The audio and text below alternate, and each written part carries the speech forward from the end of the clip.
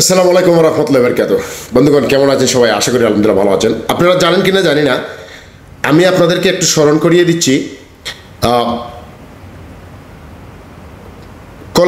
ভারতের কলকাতার একটা বক্তা আছে যে বাংলাদেশে প্রবেশ করে দরবারি কিছু লোকের পক্ষে নিয়ে কিছু আলোচনা করে, যাতে সহজে তাকে বোঝা না যায় যে সে কোন দলের বা কোন মাযহাবের বা কোন ধর্মের দাওয়াত দিচ্ছে বা সে কোন জায়গায় অবস্থান করতেছে। খুবই গুরুত্বপূর্ণ বিষয়টা আপনি একটু খেয়াল করে দেখবেন। এই লোকটা কিন্তু সম্পূর্ণ শিয়া আকিদার লোক, শিয়া এজেন্ডার কাজ করে যাচ্ছে। এই লোকটা যখন আলোচনা করে তখন কিন্তু দরবারি লোকের পক্ষে আলোচনা করে, কিন্তু শিয়া যারা, এদের নিয়ম হচ্ছে ওরা কোনো দরবারি না, ওদের ধর্মই আলাদা, ওদের পথই আলাদা। হে কিন্তু আপনার দরবারি কিছু লোকের আলোচনা করে বা ওদের পক্ষে কথা বলে, যাতে দরবারি কিছু লোকের সমর্থন তার পক্ষে পড়ে, যাতে সহজে বুঝতে না পারে মানুষে যে এই লোকটা যে শিয়া ধর্মের দাওয়াত দিচ্ছে। তো দরবারি বললাম কেন?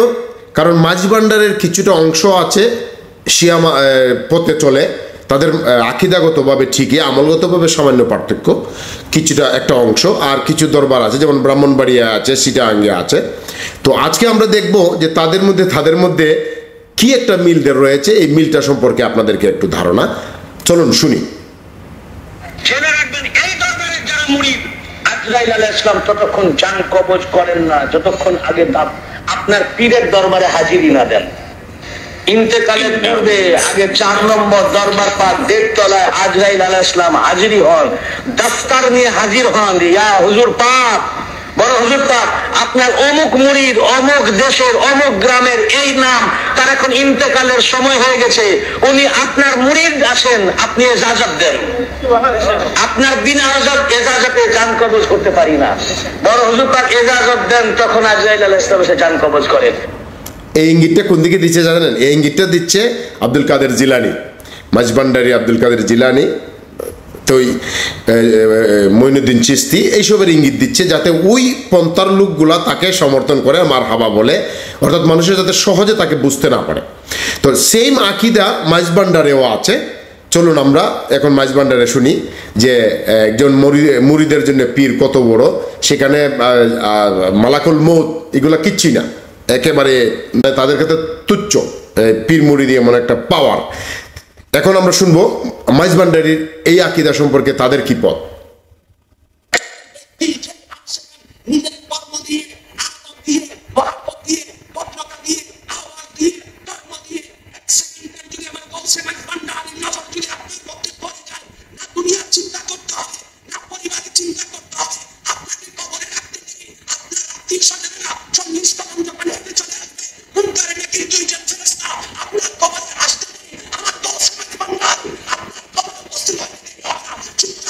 চিৎকার দিয়া বলুন ঠিক কিনা।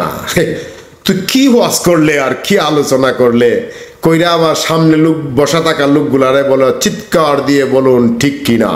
আরে ঠিক বেঠিকের তো পড়ে, আগে তুমি কি বলছো সেটা দেখো, তুমি কোন ধর্মের কোন পথে হাঁটছো, তোমার আগে যারা বইলা গেছে তারাও কোন দলের কোন পক্ষের। তো তোমরা মানুষকে মুসলিম থেকে মুশরিক বানাচ্ছ। আর আল্লাহ রাসূল সাল্লাল্লাহু আলাইহি ওয়াসাল্লাম আসছিলেন মুশরিক থেকে মুসলিম বানানোর জন্য। সূরা যে ইজাজা নাসরুল্লাহ পড়েন নাই? এই হলো তাদের দিন ধর্মের আকল জ্ঞান আর মানহাজ আর পথ আর গাট।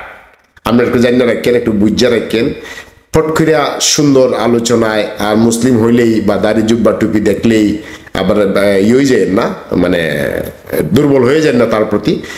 ইমান টিকিয়ে রাখা বহুত কঠিন ভাই, ইমান টিকিয়ে রাখা বহুত কঠিন। সাবধান, আল্লাহ সুবহানাহু ওয়া তাআলা যেন এইসব মুশরিকির পথ ও পন্থা থেকে আল্লাহ সুবহানাহু ওয়া তাআলা আমাদের মুসলিম উম্মাহকে হেফাজত করেন, আমিন। ওয়া সাল্লাল্লাহু তাআলা আলা নবিনা মুহাম্মদ ওয়া আলা আলিহি ওয়া সাহবিহি আজমাইন। আসসালামু আলাইকুম ওয়া রাহমাতুল্লাহি ওয়া বারাকাতুহু।